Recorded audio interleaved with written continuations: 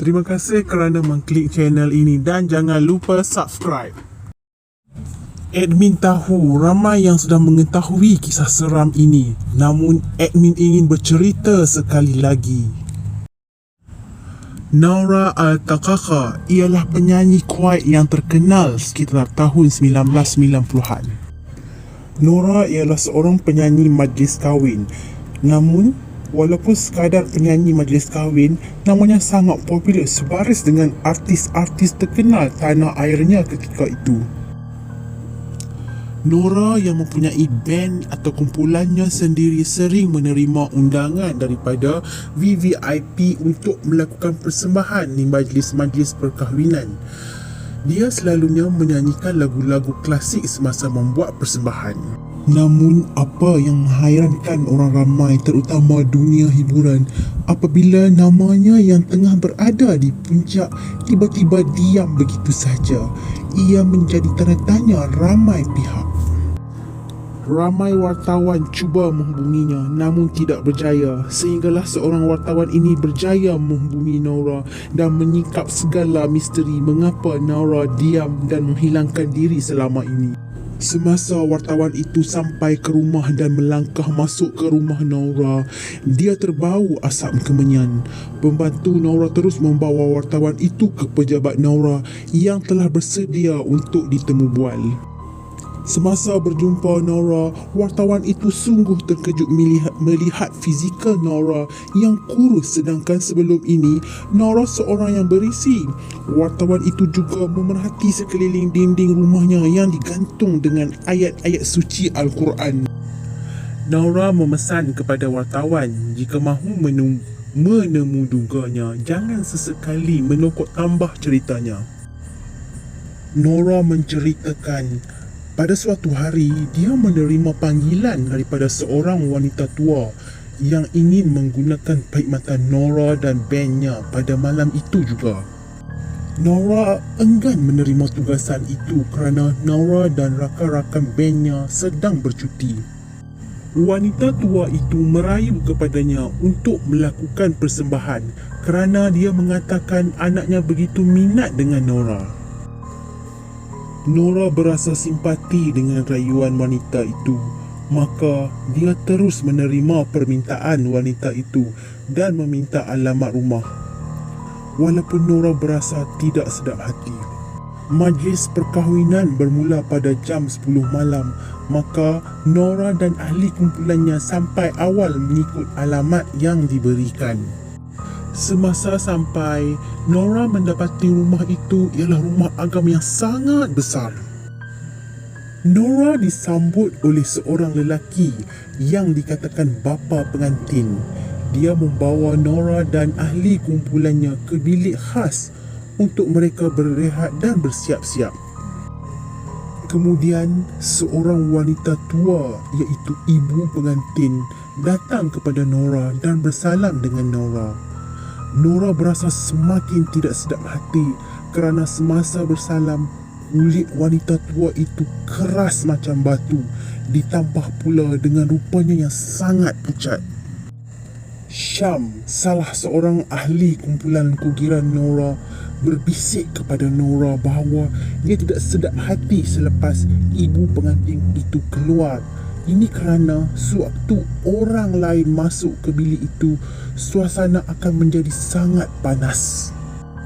Mereka kemudian bersiap sedia untuk membuat persembahan apabila melihat keadaan majlis begitu ramai tetamu dan menyifatkan ini adalah majlis terbesar yang pernah mereka pergi, malah bayaran yang ditawarkan juga sangat tinggi.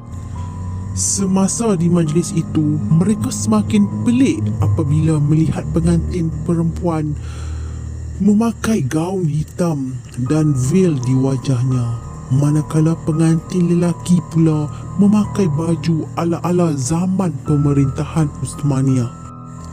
Apa yang lebih aneh, pengantin tidak memandang tetamu pun, hanya bertentangan mata dan membeku seperti patung sepanjang masa. Pelamin juga sangat aneh, iaitu pelamin berbentuk muka orang sambil mulut terbuka. dan pengantin duduk di dalam mulut itu.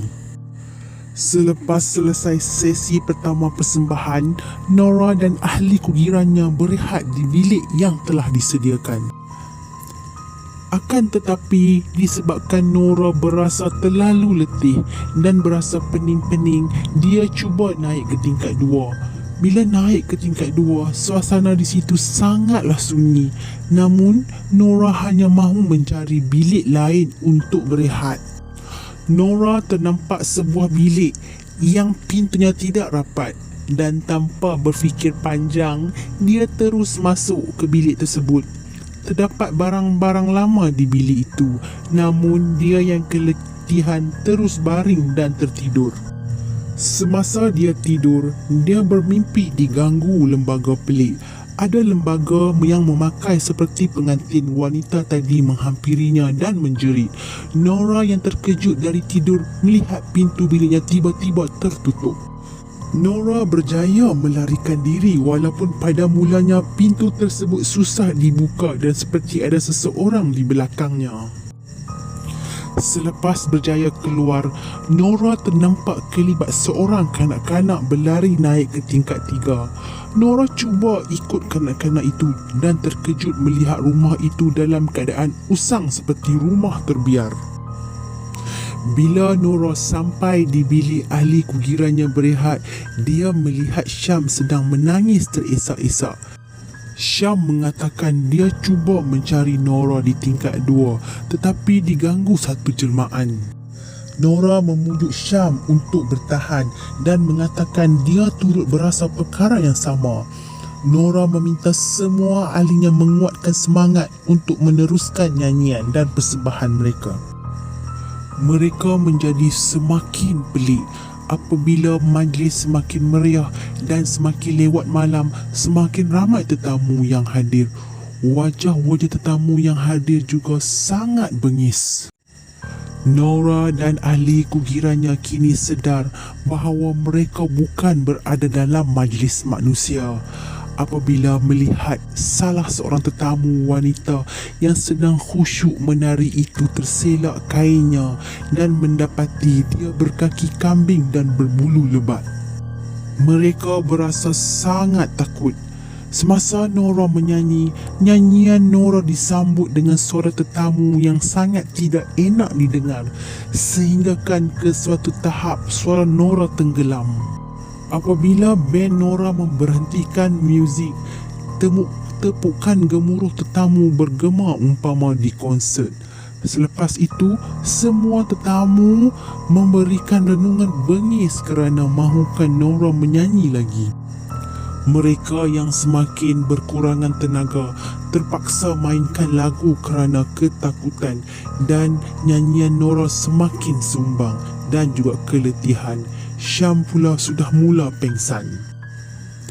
Tetamu semakin ramai dan semasa mereka berehat seketika tak sampai 5 minit, Syam tersedar setelah dikejutkan.